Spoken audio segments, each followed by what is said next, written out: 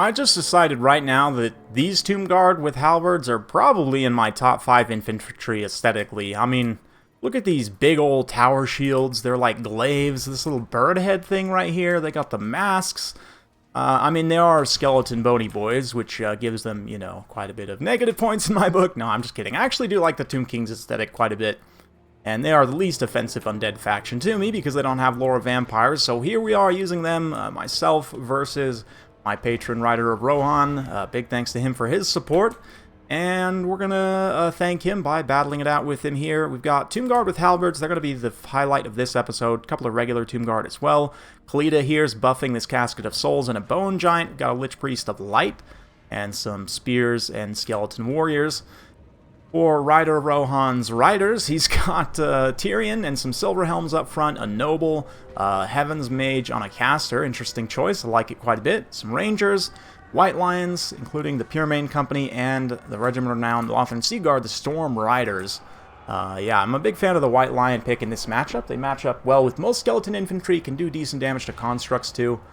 I'm kind of high on, yeah, on them in this matchup particularly, but Nasty Sunfang goes down. Thankfully didn't hit any of my Tomb Guard. That was just a Skeleton Warrior. But still, we're going to get these Tomb Guard in kind of a defensive formation here. So they're one of the few shielded halberd units in the game. And at 850, they're at a really decent price point. Previously, one of their biggest issues was kind of mass. Now, granted, all undead infantry count as quote-unquote heavy, including, you know, all zombies and skeletons. So they did have that advantage, but even still, like, they had less mass than some other halberds, like their shielded counterpart, the Temple Guard.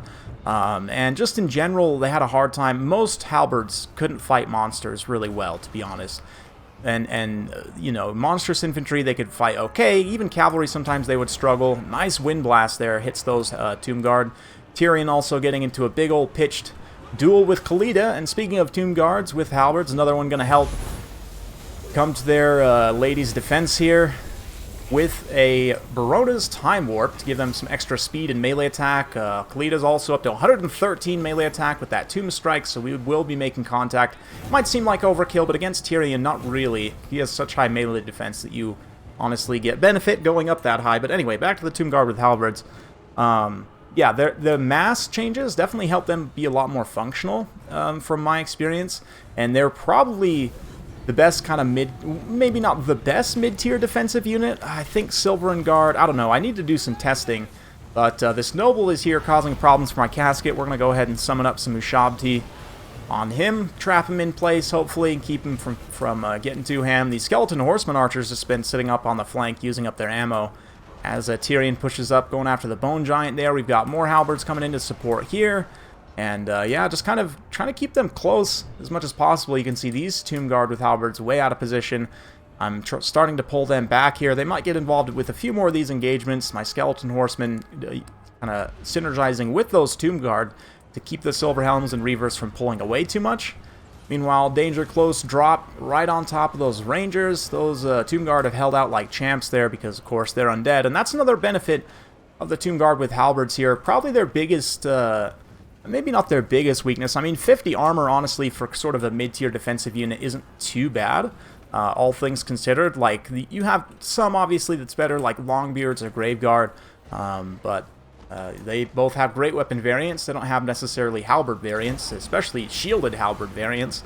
Having a missile block chance, and these guys do have a solid missile block chance, 55%. They don't have the best weapon strength in the world. It's pretty good, though. 19 bonus versus large, also not bad at all.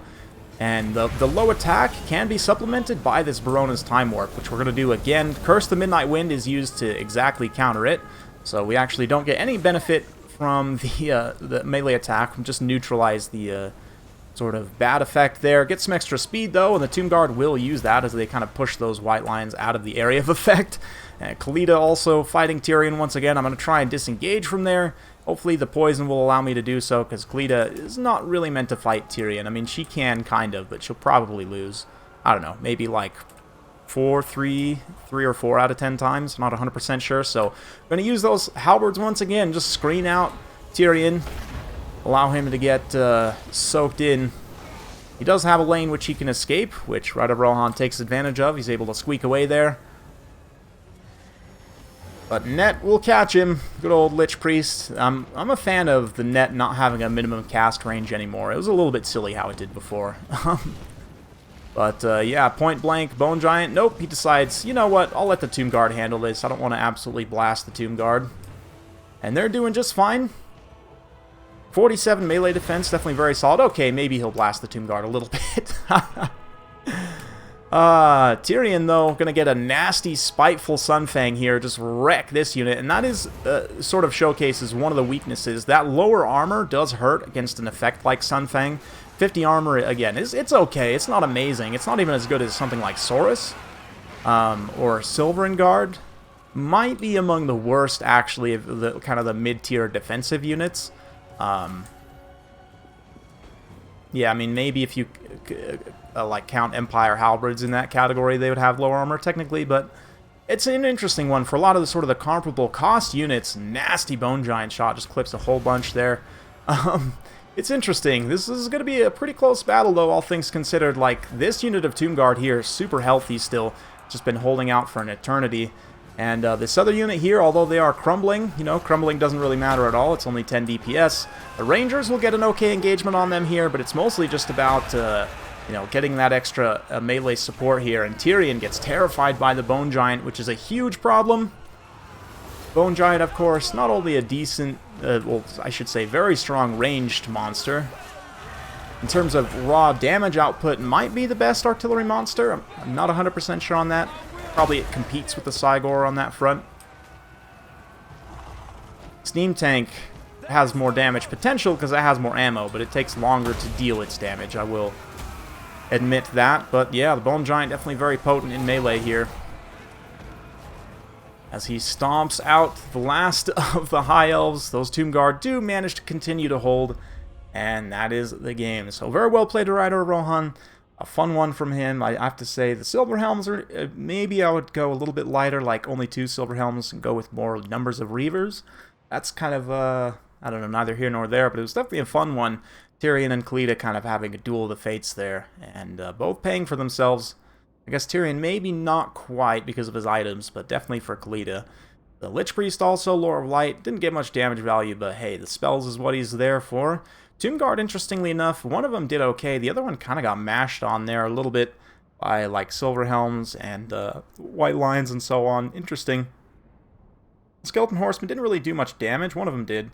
But it's more so the tactical value, again, of kind of synergizing with these Tomb Guard, right? Both of which absolutely paid for themselves. Considering they're only $850, which is an awesome price to pay for a unit like this. Yeah, that's quite solid damage value there. Of course, the Bone Giant also definitely paying for itself, as did the Casket. Both of those quite nice.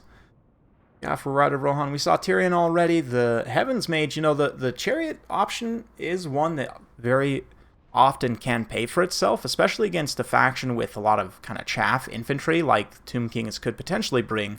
So actually, I don't see a lot of people taking the Mage Chariot for the High Elves, but I think it's probably one of the most underrated mount choices in the game.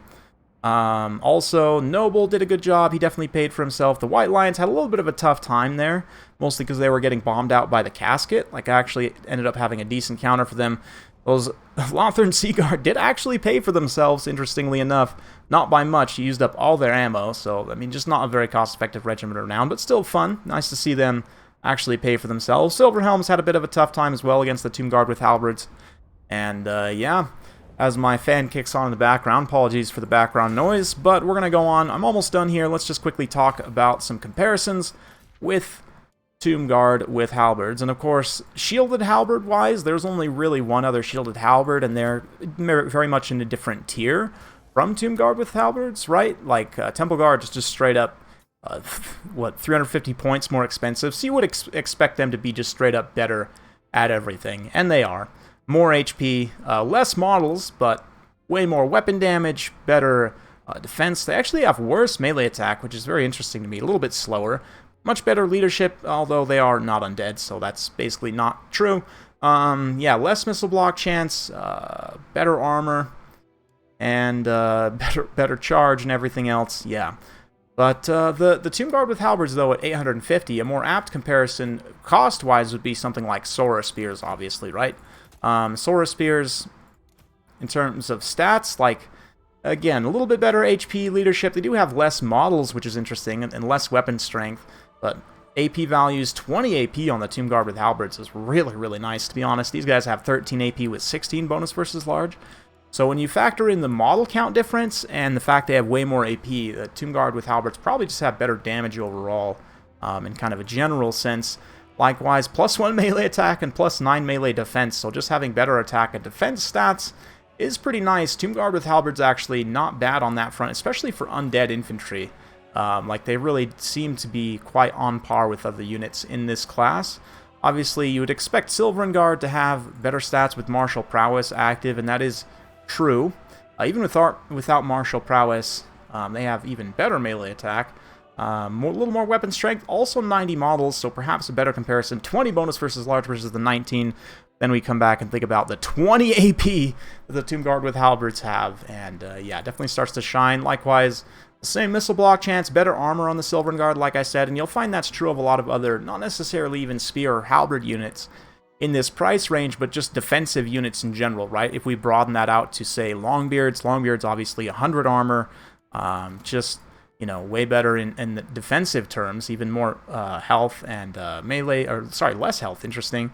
More melee defense, though, yeah, and a much better melee attack, obviously.